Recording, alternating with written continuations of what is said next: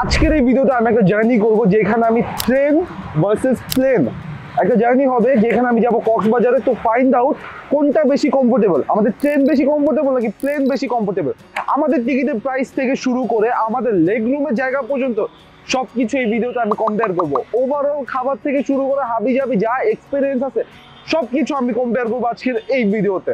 ওকে, so আমরা almost চলে আসছি আমাদের স্টেশনে, ঠিক আছে। এটা হচ্ছে আমাদের ট্রেন, চলেন শুরু করি। তো এই হচ্ছে আমার রুম, ঠিক আছে। এইখানে বেসিক্যালি 3 জন থাকবে, এখানে 3 জনের বসার রুম। আই গেস এখানে ইনাফ লেগ রুম আছে, ঠিক আছে। আমি একটা 6.1 এর মানুষ, আর আমি যদি এত কমফোর্টেবলি বুঝতে পারি আপনারা আই গেস সবাই ভালোভাবে বুঝতে পারবেন। এন্ড সিট মোটামুটি বলা যায় comfortable, not bad, like long জার্নির জন্য চলে। এখানে চার্জিং এর আউটপুট আছে, সাথে ফ্যান, এসি সবকিছু কন্ট্রোল করতে পারবো। উপরে ফ্যান আছে, এসি আছে, চাইলে এসি অফ করা যাবে। এখানে সুন্দর একটা মিরর দেওয়া আছে, পাশে মাথা দেওয়ার জন্য একটা দেওয়া আছে। অলসো এই পাশেও একটা জিনিস দেওয়া আছে মাথা দেওয়ার জন্য, তাই এটা উঁচা করা যাবে আই গেস। ও নো, এ ভাই ছি। আচ্ছা উপর দিয়ে একটু, আচ্ছা এখানে একটু ময়লা আছে, সমস্যা নেই, এগুলো একটু বিরা গিয়ে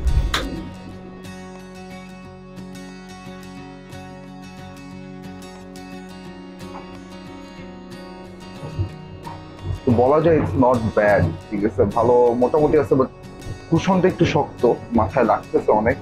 এছাড়া ভালোই আছে, আওয়াজ অনেক কম, ঠিক আছে। এটা এসি তো কক্সবাজার যাওয়ার জন্য 3টা বগি থাকে, ঠিক আছে। একটা হচ্ছে এসি, একটা হচ্ছে নন এসি, আর আরেকটা হচ্ছে একদম লোকাল, ঠিক আছে। তো আমরা নিচে হচ্ছে এসিটা, যেটার ভিতরে ক্যাবিন সিস্টেম। যেহেতু এটা এসি ক্যাবিন, তাই হচ্ছে এটা প্রাইস হচ্ছে 1610 টাকা। যেটা হচ্ছে নন এসি সেটা হচ্ছে 1200 সামথিং। অ্যান্ড যেটা হচ্ছে একদমই, সেটা হচ্ছে মানে এসি নন এসি বাদে যেটা হচ্ছে একদম রেগুলার, সেটা হচ্ছে মনে হয় 700 সামথিং টাকা। আমি শিওর না, আমি আপনাদের এইখানে স্ক্রিনে কোথাও দিয়ে দিব, দেখতে পাবেন আপনারা প্রাইসটা। তো গাইস এখানে খেয়াল করলাম ওরা এখানে একটা নিউজ পেপার দিয়ে রাখছে। জানি না এখন নিউজ পেপার কে পড়ে এই দিনে, সবকিছু অনলাইনে আছে। প্লাস এখানে লেখা আছে যে এখানে বসিবেন না। এখন নো, এটা অনেক পাতলা, মানুষ বসলে অবশ্যই ফেঁকা যাবে। এটা হচ্ছে দিচ্ছে যেন আপনারা আপনাদের জিনিসপত্র রেখে কিছু খাবার দাবার খাইতে পারেন।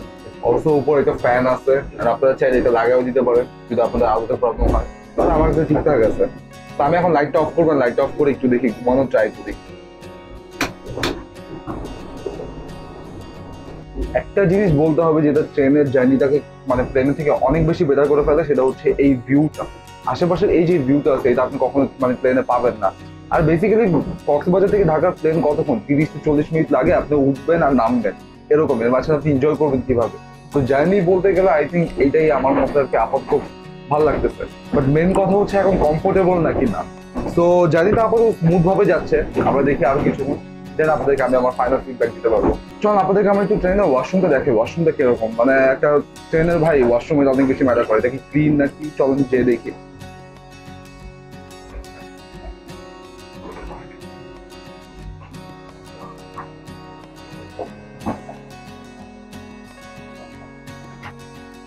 যেহেতু আমার ট্রেন ছেড়ে দিচ্ছে, তাই ট্রেন অনেক কিছু মুখতেছে। এই হচ্ছে ওয়াশরুম, মোটামুটি ভালো ক্লিন, মোটামুটি না আসলে বাংলাদেশের ট্রেন হিসেবে অনেক বেশি ক্লিন।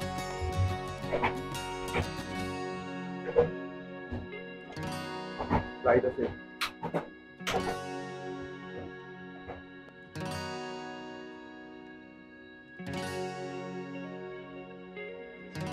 তো এই ছিল আমার ট্রেন জার্নি। ফাইনাল আমি চলে আসছি কক্সবাজারে, অ্যান্ড এই টিকিটের প্রাইস ছিল আমার 1610 টাকা। অ্যান্ড আমার রাইড অলমোস্ট 9.5 ঘন্টা থেকে 10 ঘন্টার মতো টাইম লাগছে আমার এখানে পৌঁছাইতে। ওভারঅল আমি এটাকে একটা 8.5 আউট অফ 10 দিব কমফোর্টের দিক দিয়ে। এখন আমরা যাবো এয়ারপোর্টে, দেখবো সেটার কমফোর্টেবলটা কিরকম।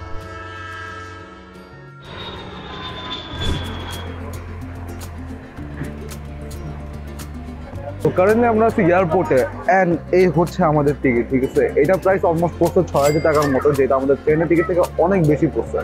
বাট মেন কোশ্চেন হচ্ছে বেশি টাকা দেখি বেশি কমফোর্ট পাওয়া যাবে নাকি, লেটস ফাইন্ড আউট।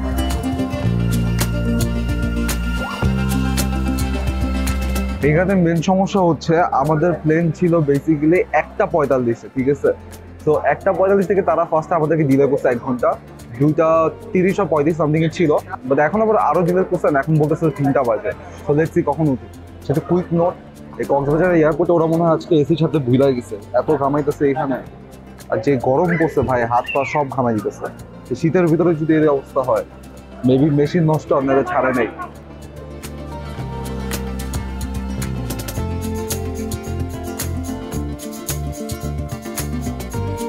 তো এই হচ্ছে আমার সিট, লাগলে আমি একটা উইন্ডো সিট পাইছি। বাট ফার্স্ট ইমপ্রেশন লেগ রুমের জন্য ভালো জায়গা আছে, অ্যান্ড ক্যাবিনও মোটামুটি ভালো স্পেসিয়াস আছে। মানে মেন কথা হচ্ছে ভাই 1 ঘন্টা একটা ফ্লাইট, এর ভিতরে আর কি লাগে। প্লেনের টাইম হচ্ছে মাত্র 1 ঘন্টা, তো it's way faster than the train. But main কথা হচ্ছে এটা কতখানি কমফোর্টেবল।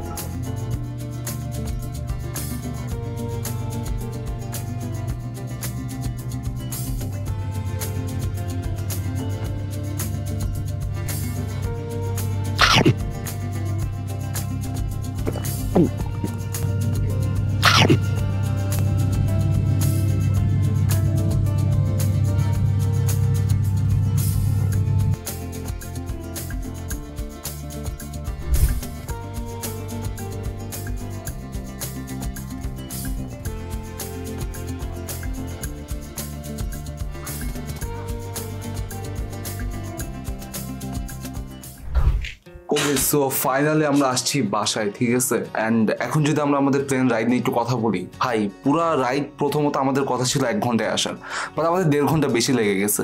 দেন আবার ওইখান থেকে নামার পর বাস আসতে লেট করছে 10 মিনিট, তো বাসে উঠছি, দেন আমরা এখানে আসছি, আই মিন এয়ারপোর্টে আসছি। অ্যান্ড ওদের লাগেজ দিতে আরও 15 থেকে 20 মিনিট লেগে গেছে, অলমোস্ট 2 ঘন্টা মতো লাগছে। And it cost me around 6000 something, ঠিক আছে, ধরেন 6000 এর মতোই, তো মনে হয় 6020-30 টাকার মতো লাগছিল ভ্যাটের নিয়ে, 6000 টাকাই ধরলাম। অ্যান্ড আমি যদি এটাকে রেট করি, আমি এটাকে মানে 6 পয়েন্টে রেট করবো। অ্যান্ড মেন কথা ছিল যে রুম স্পেস ভালো ছিল লেগে, বাট এত এয়ার প্রেশার ছিল। আর টার্বুলেন্টের কথা কি বলবো ভাই, আমার কান একটু পর বন্ধ হয়, একটু পর খুলে, একটু পর বন্ধ হয়, একটু পর খুলে। আমার কান লিটারালি ব্যথা করছে যখন ল্যান্ডিংয়ের টাইমে, যখন মানে কান খুলে গেছিল। তো এখন আমি বলবো, আপনারা যদি ফ্যামিলির সাথে ট্রাভেল করেন তাহলে ডেফিনেটলি ভাই আপনারা যান ট্রেন দেওয়া, যদি আপনাদের কাছে সময় থাকে, ঠিক আছে। ইটস চিপার, আপনাদের ভিউ এনজয় করতে পারবেন, আপনার ফ্যামিলির সাথে টাইম স্পেন্ড করতে পারবেন, মজা পাবেন, যেটা আমি যাওয়ার টাইমে করছি। বাট যদি আপনার অন দ্য আদার হ্যান্ড আপনার কাছে টাইম খুবই কম থাকে, প্লাস আপনার বাজেট নিয়ে কোনো ইস্যু না থাকে, then go for the plane.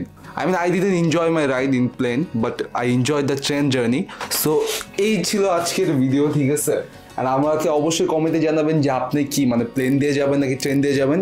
And যদি আপনাদের এই ভিডিও ভালো লাগে তাহলে লাইক করবেন, সাবস্ক্রাইব করবেন, অ্যান্ড শেয়ার করতে মন চাইলে করবেন, না করলে কোনো প্যারা নেই, ঠিক আছে। বাট যেমনি হোক দেখেন ওই লাল কালার বাটনটা কিন্তু ভাই চাপ দিতে হবে।